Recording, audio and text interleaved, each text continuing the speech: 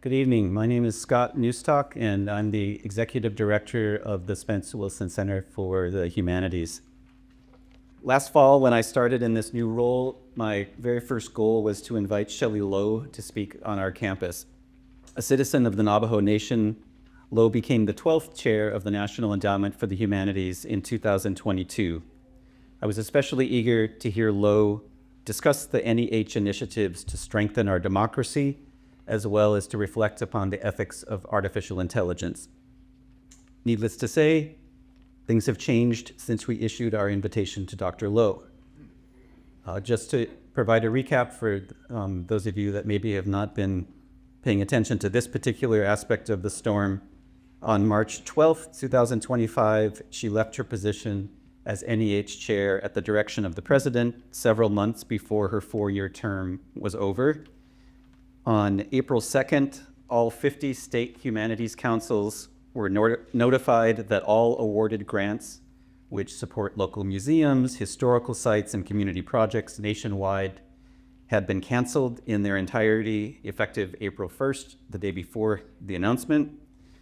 On April 3rd, scholars throughout the country received awkwardly worded notices from unfamiliar non-agency email accounts informing them that your grant no longer effectuates the agency's needs and priorities and conditions of the grant agreement and is subject to termination due to several reasonable causes. In light of the fact that the NEH is repurposing its funding allocations in a new direction in furtherance of the president's agenda, immediate termination is necessary to safeguard the interests of the federal government, including its fiscal priorities. Then on the next day, April 4th, 80% of the federal agency staff were placed on leave. As Nashville writer Margaret Renkel observes, this is on your handout, eliminating federal funding for the humanities saves next to no money, but it will cost the American people something precious, one of the few federal institutions whose whole purpose is to foster community and thoughtful discussion across the polarities that increasingly divide and depress us. Over the past 3 months, abrupt terminations of staff and funding at federal agencies have become all too familiar news, but I confess that this was the first time that I personally knew people, in fact dozens of people, whose lives were upended by this unprecedented restructuring. This hits home. Since the NEH's founding in 1965, over 50 colleagues across the city of Memphis, including faculty at Rhodes and University of Memphis and Lemoyne-Owen and the Harding School of Theology and the Southwest Tennessee Community College, they've all received scholarly grants from the agency, and many of those faculty are here tonight. Students throughout Memphis schools regularly consult books, journals, and free digital resources that were first seeded by funding from the NEH. And as a former board member of Humanities Tennessee, I saw firsthand how effectively and indeed how efficiently the state humanities councils stimulate humanities initiatives in every county in the country. When Barrett Library hosted our free public exhibit on the 1611 Bible, it was through NEH support. My own kids have relished spending time at the Brooks Museum, at the Metal Museum, at the National Civil Rights Museum, all of which have had recent major renovations funded by the NEH. If you've ever been to the Pink Palace or the Withers Collection or the Blues City Cultural Center or the Center for Southern Folklore or the Memphis Public Library, you've benefited from the NEH. The humanities help us excavate the human record to scaffold our imaginations for possible futures. As the founding legislation for the NEH stated, democracy demands wisdom and vision in its citizens. For nearly 4 years, Shelly Lowe sought to extend the NEH's bipartisan mission of weaving together the past, the present, and the future. So it's with some hope, though also tinged with sorrow, that I invite you to welcome her to Memphis to share her perspective on the beauty of the humanities. Thank you, thank you.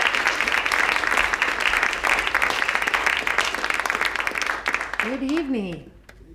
So I'm from Arizona. I carry big bottles of water because you never know.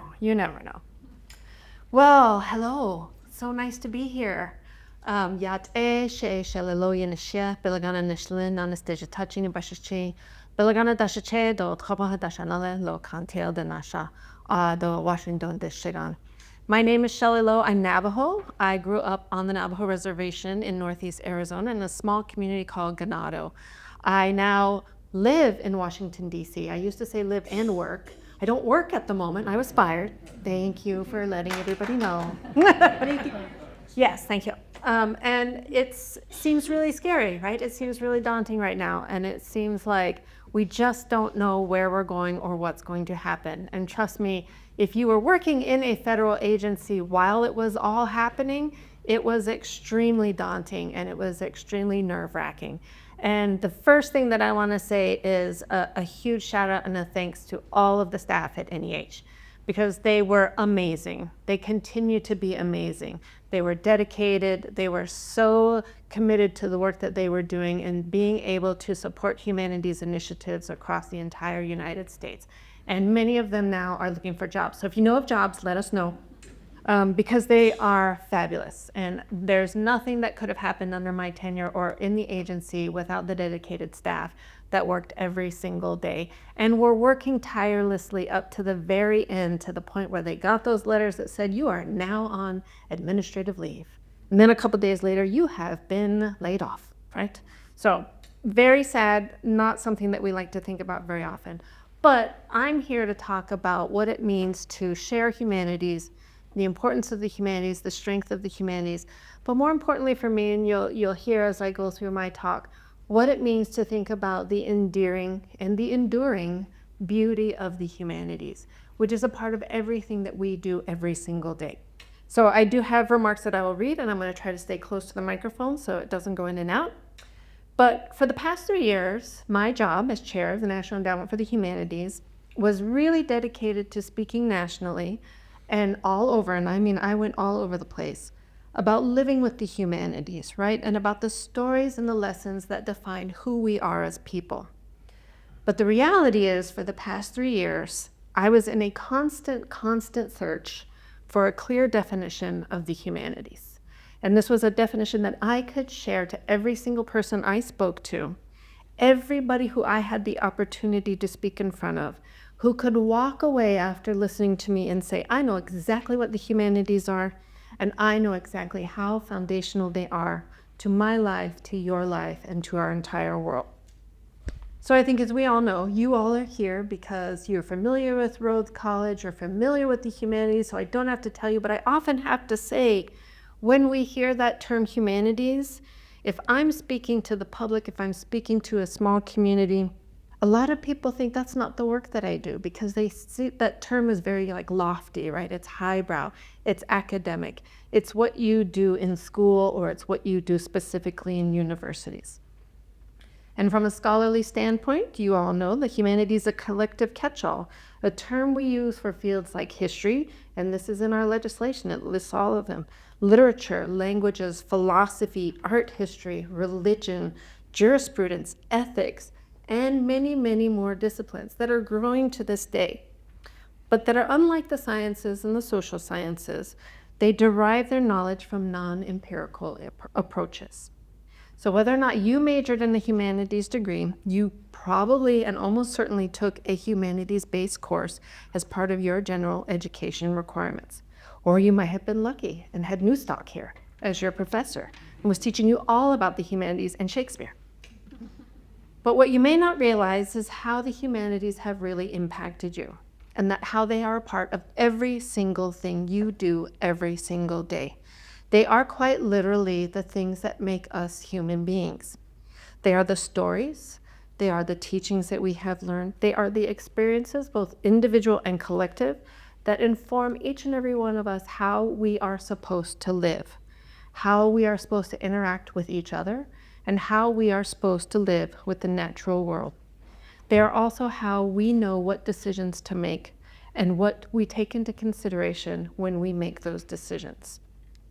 They are the ideas that illuminate our understanding of our place in the world and the ideals that shape those values that guide us.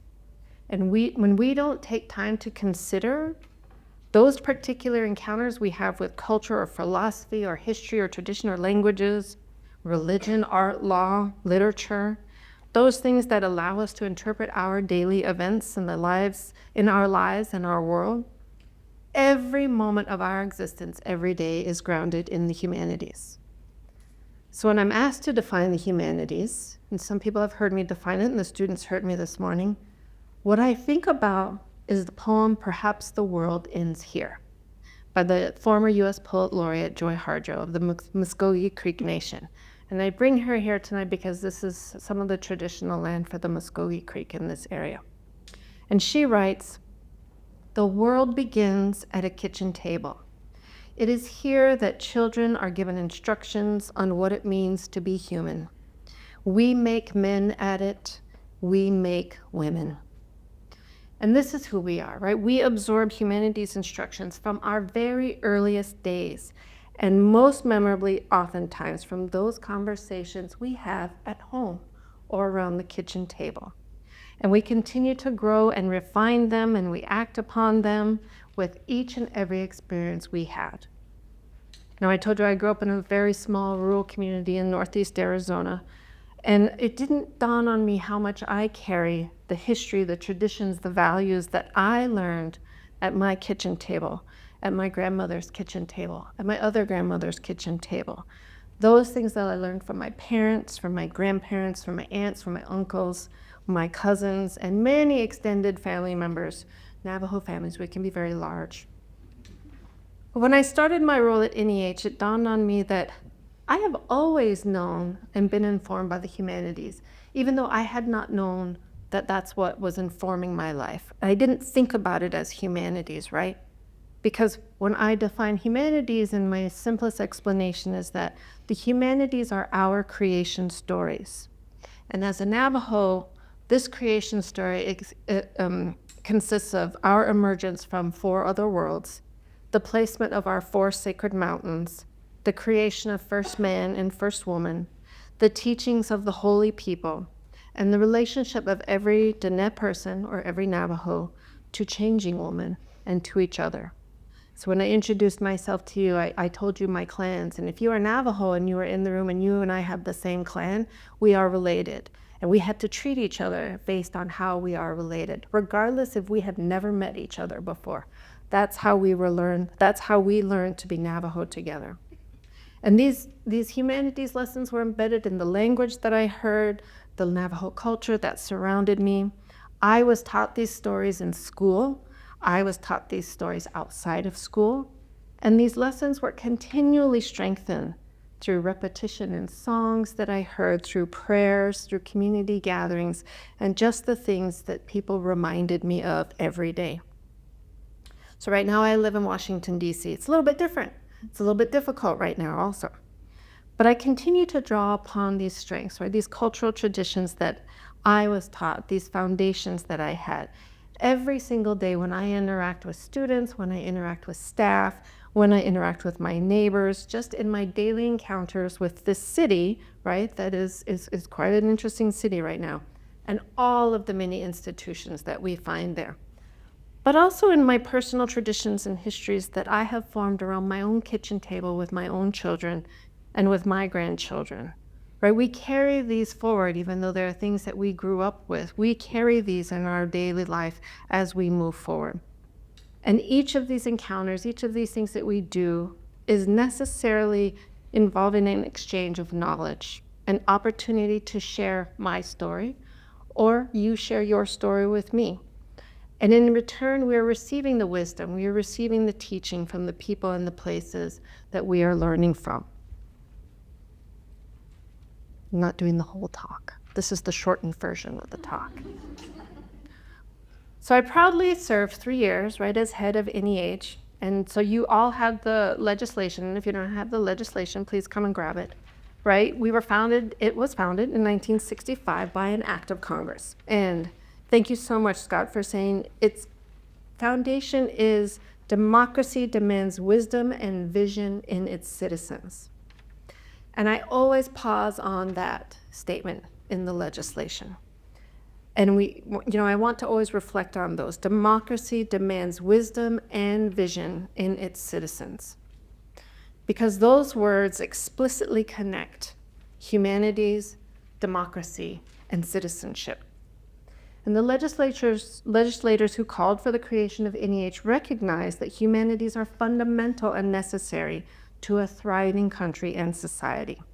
And they drew a direct line between how deeply we engage with our histories, our past, our experiences and knowledge, and the health of our current democracy, and how we become informed and engaged citizens. And sometimes we have to think about, what does it mean to have citizenship? What does it mean to engage in citizenship, right? It's not just about registering to vote. It's not just about attending a town hall or a town council meeting or a school board meeting or being on a board. It's not about protesting and holding a sign at a protest. It's not about protesting a decision maybe that Rhodes College administrators made and you didn't like it, right? Or your city administrators made and you didn't like it. It's not all just about participating in local or national politics or entering some public service position. Although I do realize that these are great things for citizens to do, and I hope that you each and all of you do some of these things. But as the founding legislation points out, it is about being informed. It's about sharing our knowledge and stories with each other. It's about looking deeply at ours and others' histories and experiences. It's about working to cultivate wisdom that will help us envision the future we want for ourselves and that we want for our country. And our democracy depends on us doing these things with deliberation at every single opportunity, no matter what is happening at the moment. So I often tell students, and not just students, humanities takes courage. Because when you pursue humanistic knowledge, it requires us to look for the causes and effects of sometimes very painful and difficult stories and topics, things that many people don't want to talk about. But in return, the humanities allows us to pause, to reflect, to ask existential questions of humanity, and then humanities is what gives us strength and courage, because it gives us the insight to assess our current situation and experiences, and the humanities gives us valuable knowledge of other pasts and experiences to draw upon when we face our current challenges. I was confronted with a personal challenge during my tenure at NEH. I found myself here, I was in this leadership position, and as a Native person, I can't help but be committed to bringing this Native voice, this Native presence into everything that I do. But representing this Native reality has always been a challenge, for me in particular, because I've been in some of these more national or the well-known institutions. Because I often have people walk up to me and they say, I didn't know Native Americans still exist. This happens still. The individuals and other people, they were also, if they didn't know Native Americans existed, they were really unaware of the devastating history that Native people have endured, and we still are trying to deal with and heal from. But I had an opportunity to confront this challenge through my work at NEH by entering into a partnership with the Department of the Interior to help expand their federal Indian boarding school initiative, which would allow them to collect oral histories and digitize federal records that documented the experiences of survivors and descendants of federal Indian boarding schools. Part of this work, I was able to attend some of the listening sessions that the Department of the Interior were holding in tribal communities. And I heard very directly from boarding school survivors and their descendants. These were individuals who were often torn away from their parents and their grandparents. They were taken away from their brothers and sisters, separated from them often when they were in the same schools. They were forced to speak another language. They were forced to cut their hair. They were forced to erase their culture and their history. And so many of these attendees went as children, very, very young children, who grew up not knowing the love of their mothers and fathers or their grandparents, who did not learn what it meant to be surrounded and cared for by family, who never had a chance to find their strength in their language and their cultures. And in one listening session, an elderly woman told us, and she was in her early 90s, she had never once spoken about this experience before. She had endured for so long this history, this experience, and for decades later, she finally had a chance to speak and tell her story. And she said, I'm here because Secretary Hallen is here, and you've asked me to tell my story. And nobody had asked her to tell her story in that way before. Her husband and her daughter stood next to her, and they heard her story for the very first time. And they held her hands, and they cried with her when she cried. And I think it's critical to reflect on this because the humanities are not about speaking for other people. They are about giving people, all people, a chance to tell their own stories. And that's why being still and listening are such important skills in the humanities. Because if we move too quickly, we don't listen to each other. We miss stories of pain, but we miss stories of hope, and we miss stories of light. So during all of this, I read quite a bit. I was reading a memoir by Lindsay Nixon. She's a writer. She's a member of the Cree, Saulteaux, and Métis Nations. She's from Canada. And she opens her book with an essay on love and how it can be buried under trauma, like the violence that has been inflicted on Native people. And the opening essay reads, "If love seems impossible for me and my Plains kin, it's only because they came into our homes in the middle of the night and stole our babies from our beds. They shackled them in tiny handcuffs and sent them miles and miles away, where they were put into prisons, alone, frightened, hungry, and cold." And she writes, "The world hardened us. A cynicism clouded the community's view, but that is not the end of the story, because it's never the end of the story." She comes to a realization that love is larger than her and more powerful. And her essay concludes, "To love as delicately as I burn sage, to love as ceremony, to love hard. Well, that's where my dominion lives." To love is a brave and powerful act. And I think, and I have said this many times, to do work in the humanities is an act of love. It is saying that this is an uncomfortable part of our history, but it is one that we will confront. Because I think only when we do this kind of work, when we dig into our archives and we interview descendants, when we look pain in the eyes, then we can get to the truth. And that is our task in the humanities, to be truth tellers, to say this history is complex, it is sometimes gruesome, but we cannot ignore it. We need to acknowledge it, and we need to keep digging. We all live in a world with many urgent challenges, and I feel like they get more urgent and they pile on every single day. And we are being addressed now to really come forward and address some of the things that we have maybe not thought too much about. Systemic inequality, the effects on the environment due to climate change, threats to democracy worldwide. But the current challenges we face is why I feel the humanities have never been more vital to our world and society than they are today. Because I also think, because we hadn't paid enough attention to the humanities, we're kind of seeing the effects of what that's doing to us, right? We're seeing the effects of that right now in everything that we're tackling and we're trying to address.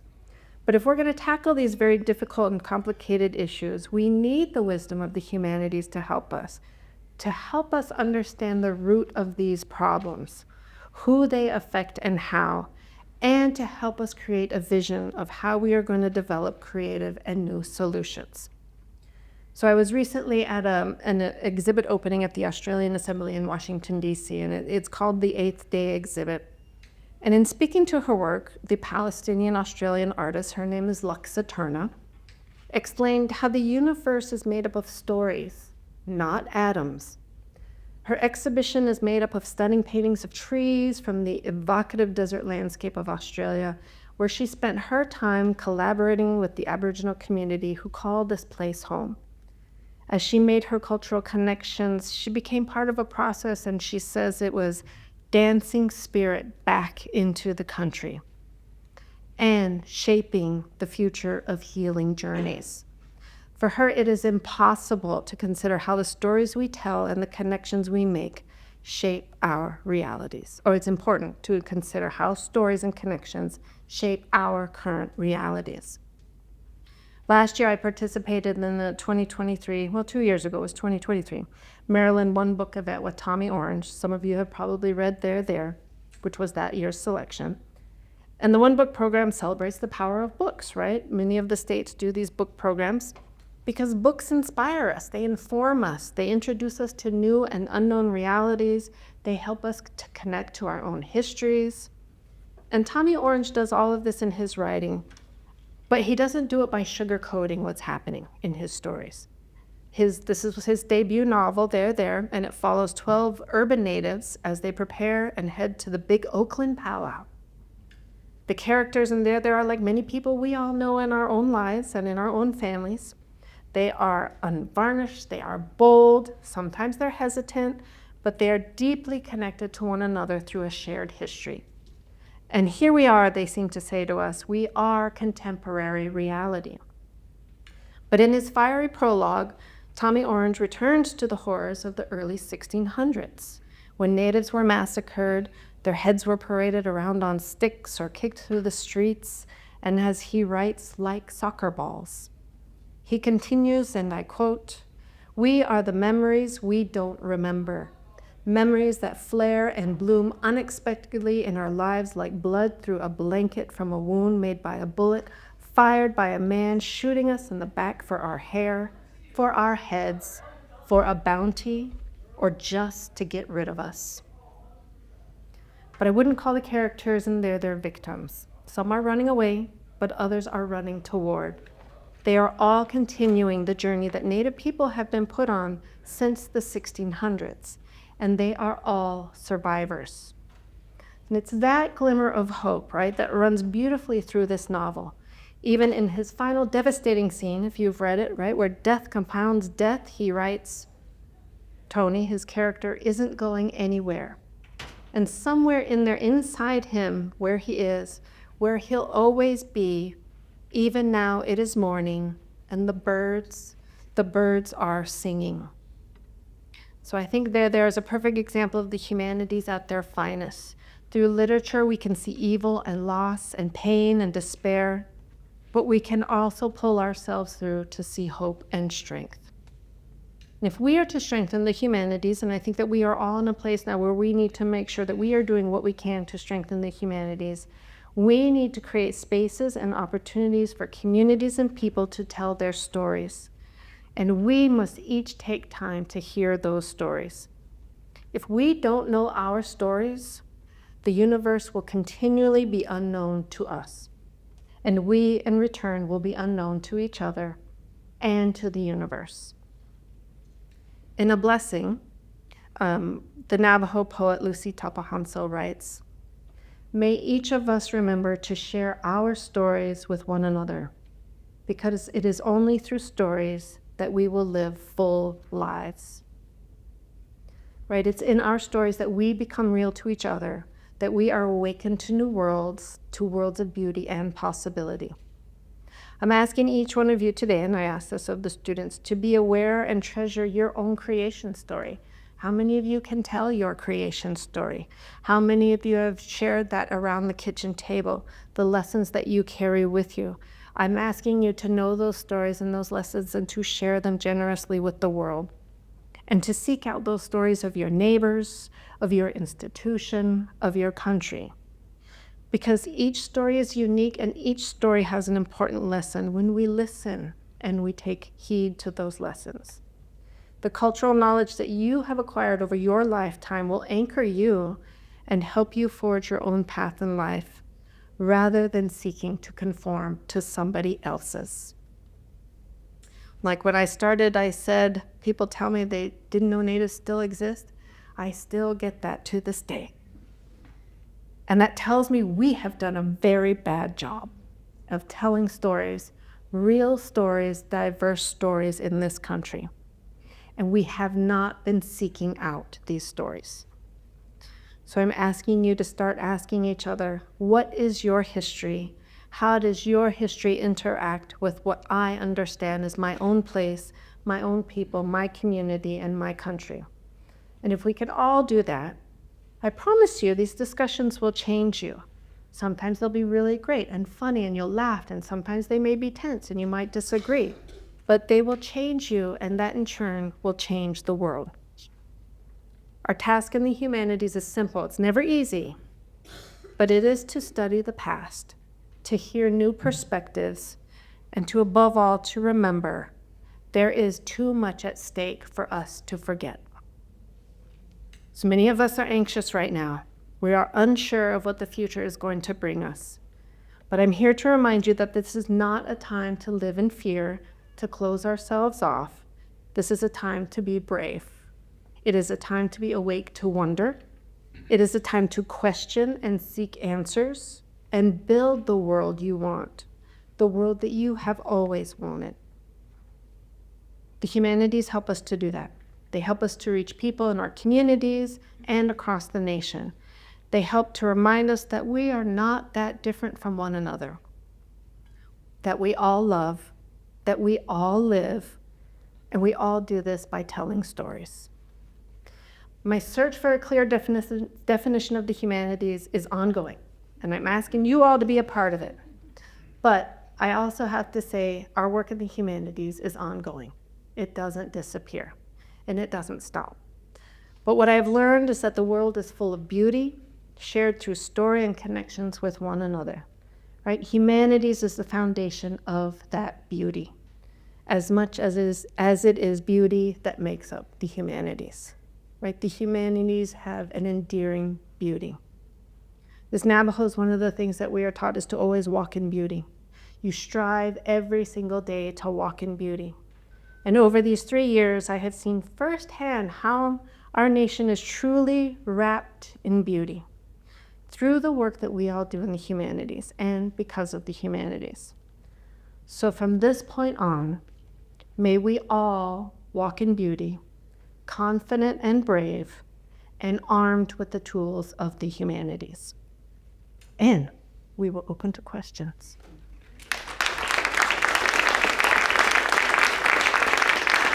Thank you.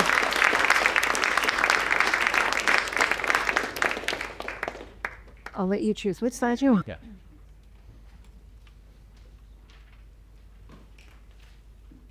So I solicited questions for those of you that pre-registered, so I'll try to consolidate some of those into a few clusters, and then I'll open it up to audience questions after posing a few questions to Shelly. Thank you for those comments, the hopeful comments in a fearful moment. When I think about beauty, I'm glad for you calling for that, though I also have that sense from Shakespeare's sonnet 65 where he says, how shall with this rage beauty hold a plea whose action is no stronger than a flower? So I think there's some anxiety that even if we believe in beauty, that it's not strong enough for the moment. So I'm just on a practical level, if you could make some suggestions for us. A number of the questions were about what can be done with respect to a State Humanities Council, what's effective kind of practical political action at this particular moment, in balance with the beautiful and ambitious kind of longer term vision that you're presenting for us. So a lot of people just want to know, like, what can they do tonight or what can they do tomorrow? Right. Well, the first thing you could do is plant some flowers.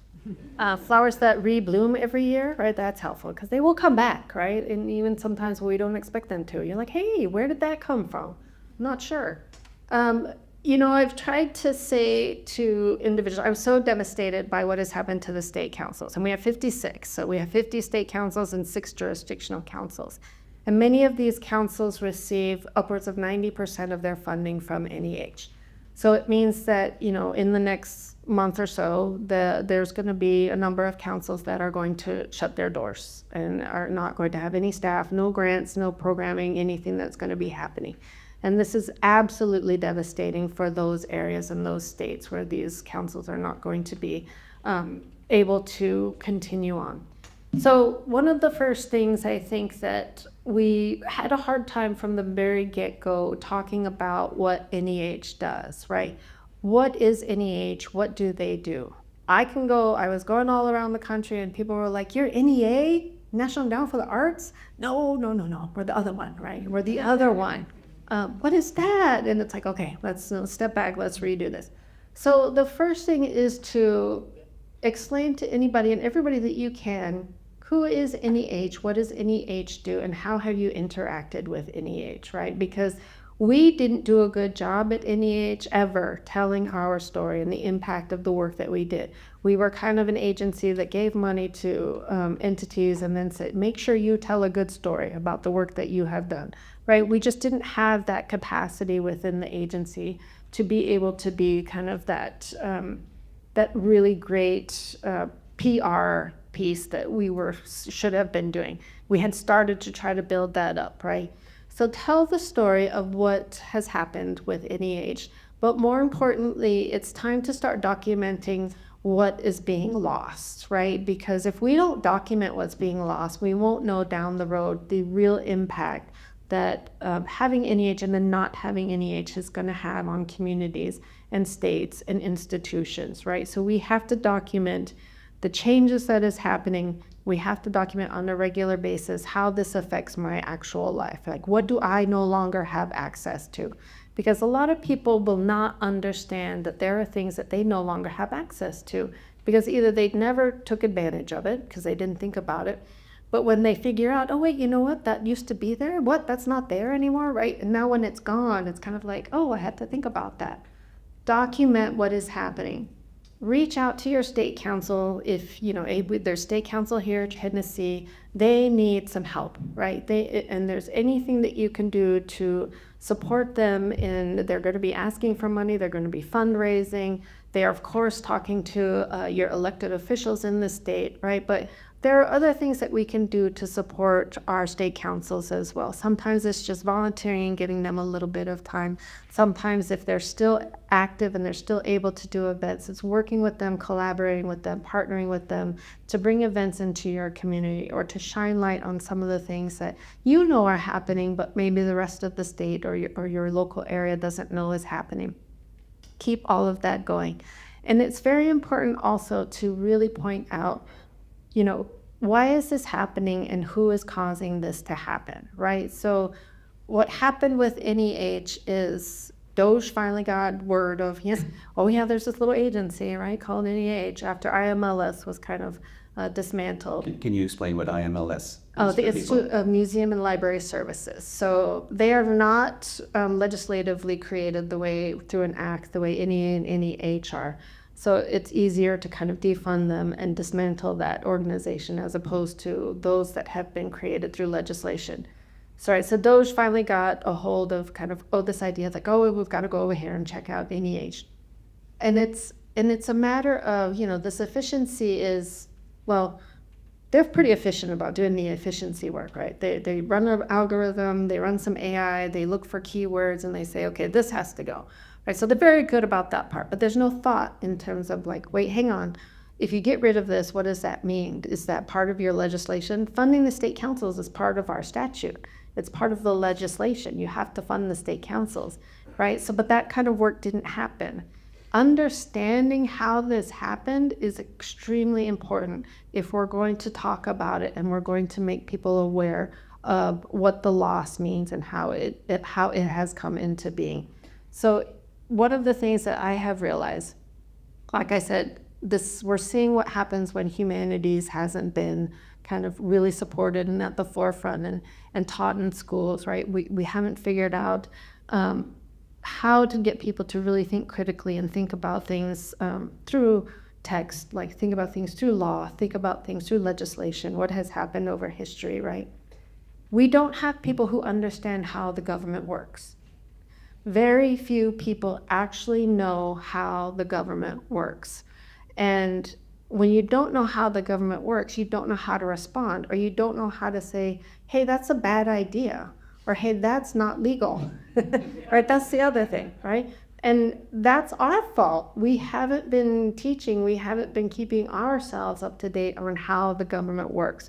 And that's key to thinking about the importance of humanity and supporting the humanities. It's about ensuring that we understand our own democracy, our own constitution, the way that our country is supposed to work, right? The way that it has been set up to work. And it's going to be, I have to say, for next year, right, we're celebrating 250 years. This is the perfect time to get people to understand how the government was set up to work, right? And the challenges that we're having to whether or not the government can continue to run and work the way that it is supposed to work. That is up to us to really ensure that that's being taught and we have a good understanding. And I understand that this is a privileged crowd, right? Like we have a pretty good education in this room. We are pretty well informed. But there are a lot more people who are not in this room who are not informed. How do we make way and ensure that they are getting informed as well? I think it is going to be up to us to find those avenues to do that. So it seems likely that there will be a number of private individuals or foundations that will try to step up and fill the gap with some of the funding. We're hoping. Hopefully, but there are also kind of more substantial network losses that will happen if the NEH is decimated or it's not restored to its previous staffing and funding levels. Can you talk a little bit about that, about the dynamic of the institution as an institution beyond the funding, but the process of actually being a vibrant and living institution? Yeah, so I'm fairly confident, and I think that even more so today, that the NEH is not going to die. It's not going to be dismantled. It's not going to be taken apart, and it's not going to disappear. That does not mean it is going to be the same institution and agency that we have come to rely upon, right? It's not going to have the reach and the support nationally that we would like to see it have. So today, the NEH announced a new grant opportunity. So if they're announcing a new grant opportunity, the agency is going to be okay. It's going to be sticking around at least for the next 2 years, and it's for the monuments, the Garden of Heroes. Yeah. So the Garden of Heroes, right? Sorry. Can you maybe explain that just for the audience for a second? The Garden of Heroes was and is a Trump administrative priority, and it was started in his first term as president. And, it's to honor great American leaders, right? And so this Garden of Heroes, there's now a call from NEH for organizations to propose up to 3 heroes that you want to create or have made, whether it's bronze, whether, however, there's a couple of different possibilities that you can do. At the moment, we don't know where this Garden of Heroes will be, right? That hasn't been decided yet. But, this is an opportunity for organizations, for communities to identify individuals, although it does say individuals listed in the executive order. There's quite a few very cool people listed in this executive order, but creating kind of this honoring of these great American individuals. So if that is happening, we know that the NEH has to be around for at least a couple of years. So now I like this idea that we can get this done in 2 years, right? We can get all of these monuments done, but you never know. Things can happen. But the restructuring and the downsizing of the agency is extremely concerning because the agency was kind of like the pinnacle for humanities work that everybody turned to. I would often be in locations and people would say, oh, I got my first NEH grant. And it would like, congratulations. And it was like, once you get the NEH grant, that's a stamp of approval. It means that you are doing really, really good work. And then everybody else out there, funders, private funders, start paying attention and say, okay, NEH gave you funding. That means, you're good. We can, trust that you're going to do good work and give you funding as well. But part of that was the ability of the staff and the knowledge base of the staff who were out in the communities, who were at conferences, who were talking to museum directors, who were talking to program directors, institutions about the humanities work that they were doing. They were having conversations about what's missing in the humanities, where the humanities field was going. We had a little discussion earlier. Did you know there's psychedelic humanities now? Did you know there's garbage humanities? Like there's this growth in the field. We often tend to think that humanities doesn't grow. All fields grow, right? Technology has changed a lot of all of the fields, even humanities. The staff were very aware of that. They were hearing these conversations. They were coming back to the agency and we were trying to figure out how does our work really support the future of the field and what we need to be addressing in the field right now. So even trying to support humanities graduate students, because we wanted to make sure that the field was continuing to be built up and had the expertise and the scholars, right? We were moving forward with some new grant lines, unfortunately, that aren't coming forward. But the dissolution of all of that knowledge base is going to cause a huge loss in the growth and the strengthening of the field. Right, because now where are people going to go to have these conversations, and who's going to be able to take that and lead that at the national level? Right, there's about 50 staff, I think, that are left now. Out of how many? Out of just over 200, right? So, some people were called back from administrative leave, thankfully, but majority of the staff has been, part of the reduction in force. They've been riffed, right? And that's at the federal level. It's at the federal level, right? And at the state level? At the state level, it's going to be, we don't know yet. It's, that these are kind of ongoing month by month, unfortunately, with the state councils. But that expertise and that kind of ability to bring the knowledge about where the humanities field is now gone, right? That center of it, and being able to really say, who do we turn to now? How do we have these conversations? Who's going to lead the next iteration of funding that allows all of these new innovations in humanities to move forward, right? Where is that going to come from? I think these are things that we will have to continue to have conversations about and look to who's going to come next. Is there going to be one entity? Is there going to be a number of entities that are able to really be the leaders in the humanities field nationwide? We don't know. I think indirectly that there's also the kind of loss of the peer review network of all the scholars who are not humanities staff but have volunteered to review, and it's an incredibly rigorous process, and that network is kind of dissolving at the same time.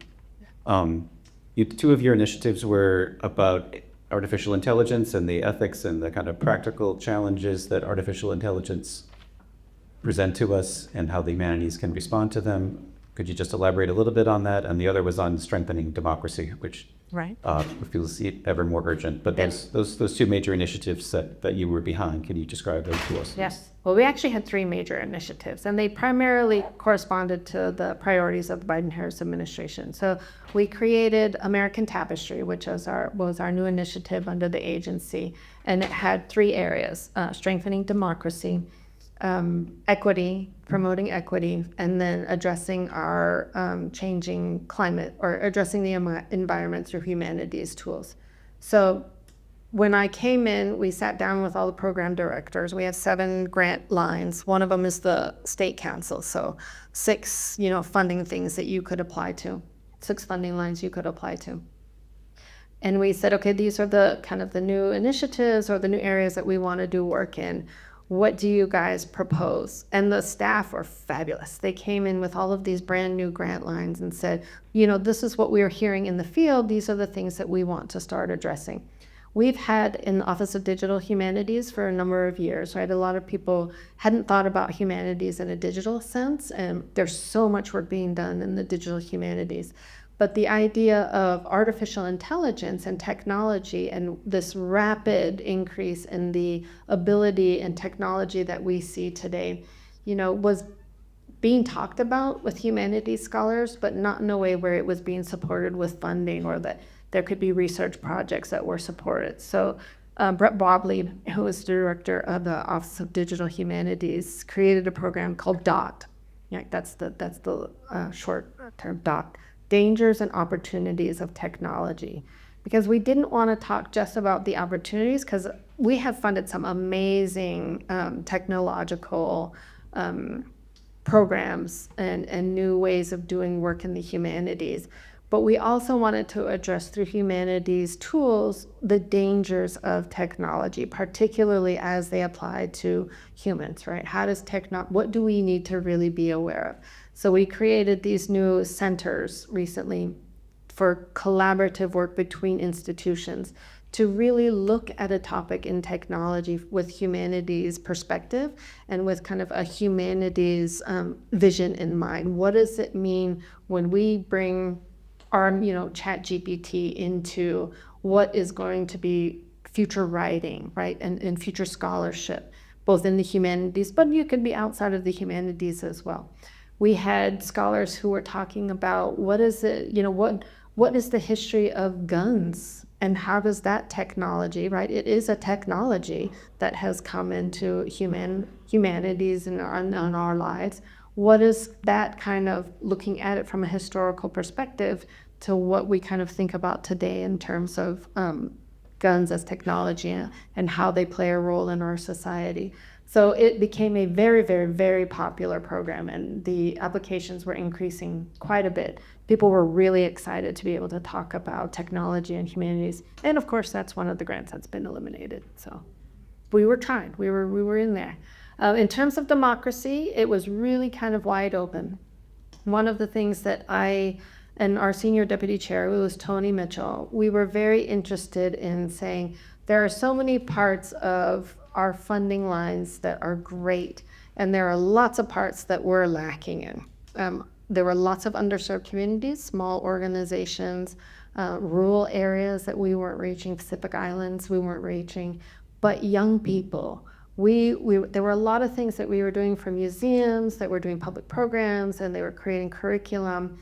But we wanted to make sure that we were giving a very large amount of our funding into creating civics education and opportunities for young people to really strengthen their understanding of democracy. So we had funded through a multi-year collaborative agreement, the National History Day. So anybody here National History Day alums? Oh, there's 2 of them in here. Maybe you've been a judge, you know. And it's fabulous. It was the most exciting thing to see, you know, our ability to, what we do is funnel it through the state councils. So the state councils could increase National History Day within their state. So the opportunity for students to do National History Day. It's basically science fair for history nerds. So, you know, they do a project and they get judged and they go to national competition and they're so excited and they get these medals when they win. But, you know, trying to really think as a full picture of what does it mean to address democracy, starting from as early as possible, you know, even thinking about how do we address this at the kindergarten level? How do we make sure that this flows through to up through every single community member in a community, veterans, right? How do you work in prisons? We were funding some programs that were in prisons. How do we make sure that everybody is getting a piece of learning about democracy and then sharing that, right? It's not something that you give and it's a one-off and that's the only thing that it reverberates out from there. So we were very excited. We were doing lots of great work.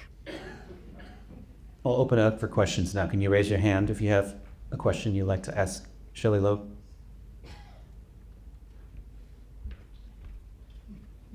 Yeah, just a quick question. I'm from the healthcare sector, so that's a whole different topic, so we will stay away from that one. No, there's health humanities. Oh, God. So if you think about just the deconstruction of your agency, and out of that, you see it in any possibility of being rebranded because you're saying you certify through grant approval or the humanities, and so go other foundations that kind of fall in line. If you certified it as a worthy grant, others fall in line. Do you see that as a way to rebrand the agency, kind of bring it back to in some form or fashion? How do you see that? Well, right. I'm disheartened by the whole thing. Right. You know, I think that the agency is going to survive, and we are an agency, or it is an agency. I have to quit saying we. It is an agency under the executive branch of the federal government. So when I was chair, President Biden is my boss, and I report to President Biden. When it comes to the budget, I report to Congress, right? But we have to, the agency will support the administration's priorities. And this is what the agency will do in the next few years, right? It's going to support the administration's priorities. It comes back to then what happens in the next election, right? So our colleague Kelsey Coates always says elections have consequences, right? So what happens in the next election will give us the opportunity to think, what is the agency going to become after that, right? And so is it going to be a rebranding? It could be. Is it going to be something different that has to regrow from what it's going to be for the next couple of years? That could be as well. I think the important part is that we understand the importance of the humanities, we understand the importance of the agency supporting humanities, and then listening to what is going to be the future of the field, right? We may definitely have to rebrand it if the field really changes in the next couple of years. But it's going to be, it's going to be a lot of work to build this back up and to build that brand kind of back into what it needs to be. So there may be, like I said, other organizations that take the lead, and you're going to turn to that organization, and it won't be a government agency.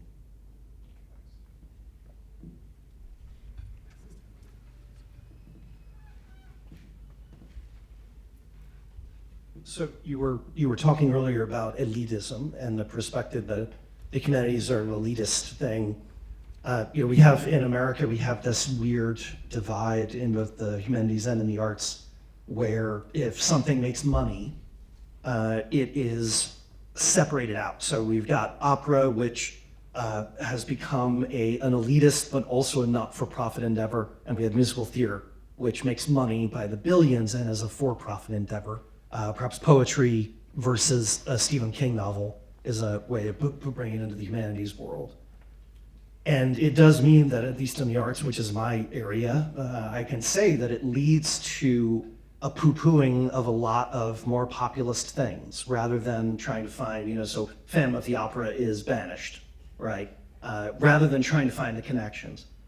How would you encourage us to try to embrace, quote, what might be considered low culture or pop culture, and bring it into, it sounded like some of I'm not sure what garbage humanities are, but I'm Googling it as soon as I get home.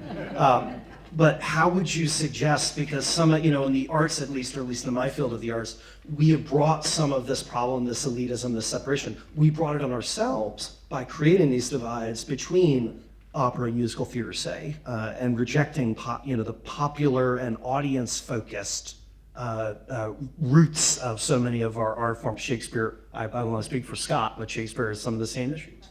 So how would you suggest we go about bridging that divide to and do it before 3 years from November?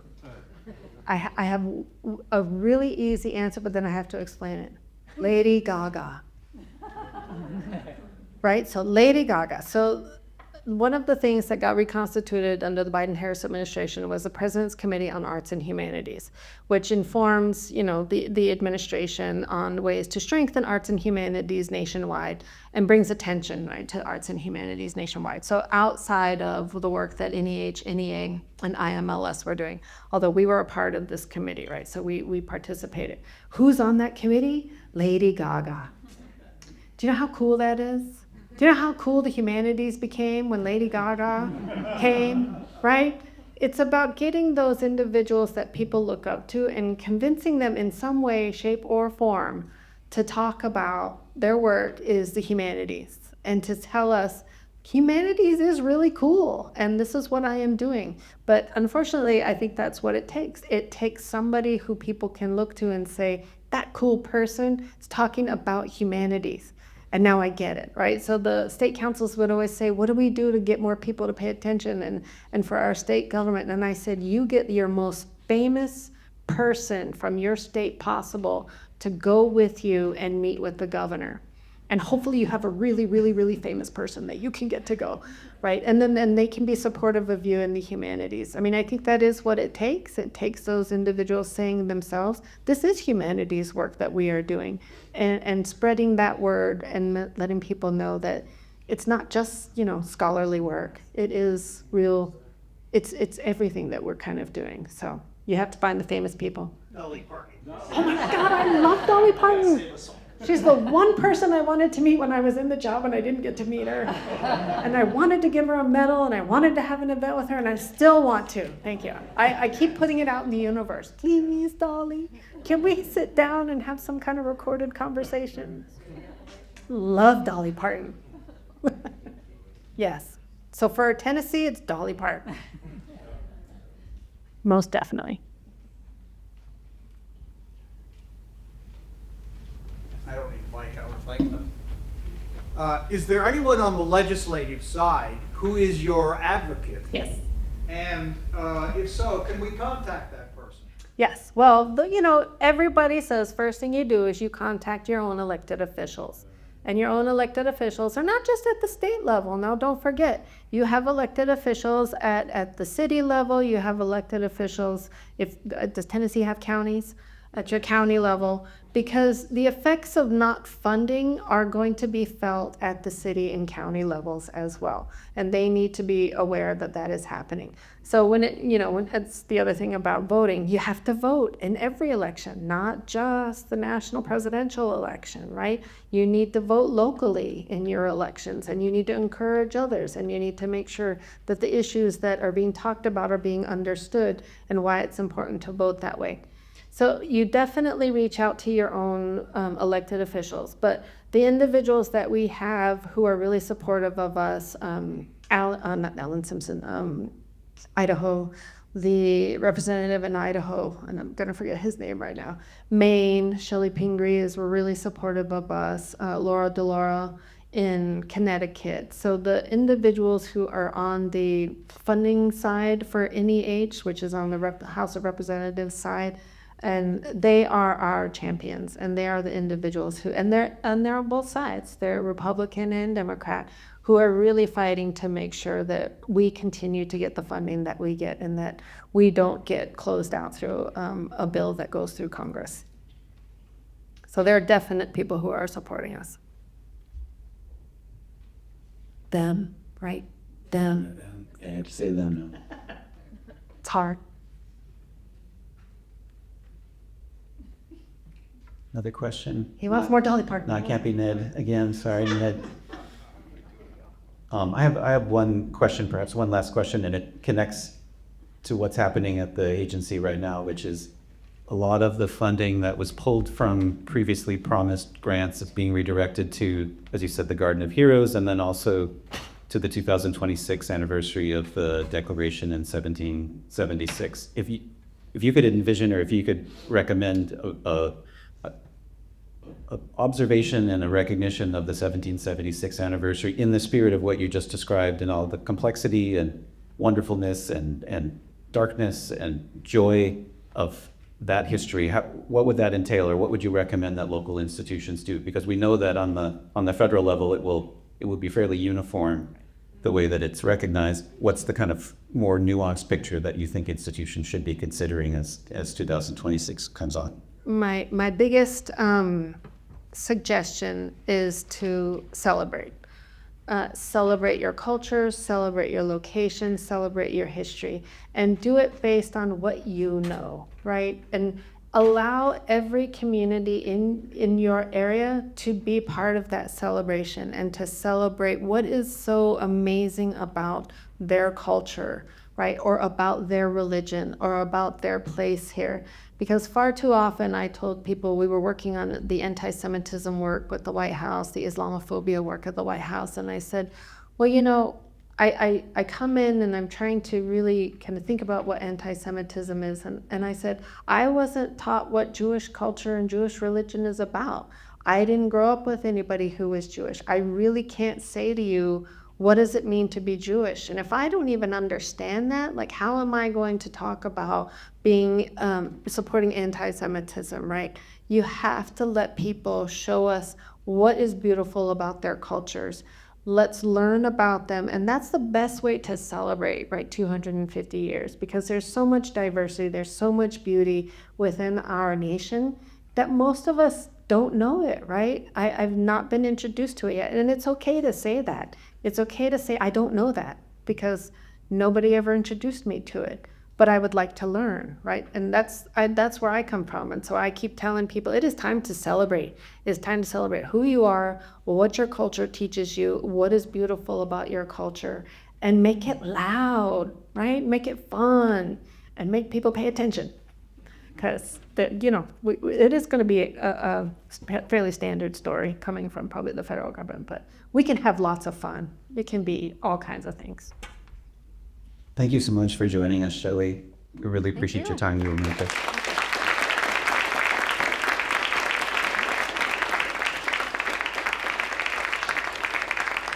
Thanks for coming.